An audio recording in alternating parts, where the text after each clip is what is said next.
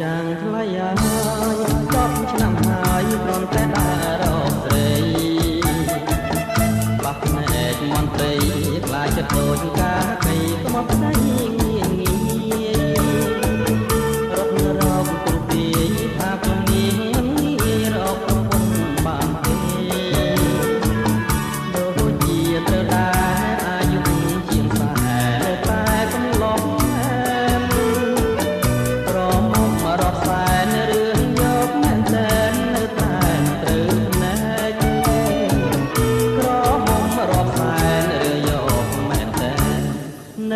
មិនត្រូវភ្នែកដើររើសម្នាក់ឯងស្វែងស្វែងរកស្រីតែល្អឯងបាក់ស្រីស្រលៀងភ្នែកដោយគូស្នេហ៍តែបែកចិត្តមិនយอมទេទុំទៅពឹងគេបាក់រើស្រីខ្មៅខ្មៅដូចឯងគឺទៅចំឡាយក្រលេង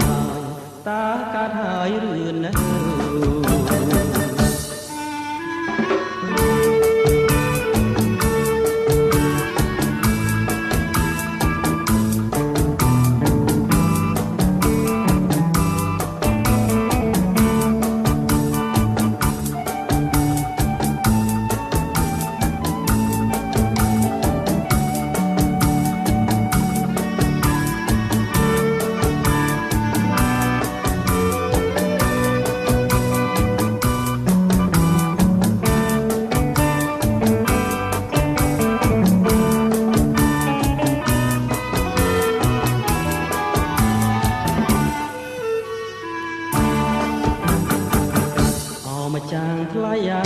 យ10ឆ្នាំហើយគ្រាន់តែដើររកស្រីបាក់ភ្នែកមន្ត្រីខ្លាចចិត្តដូចកាកៃក្បត់ព្រៃងាយងាយ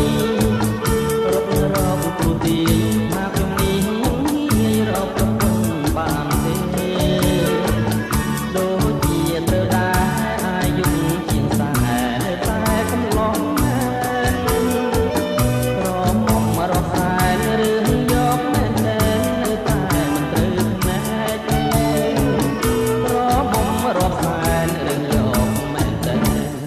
នៅតែមិនត្រូវភ្នែក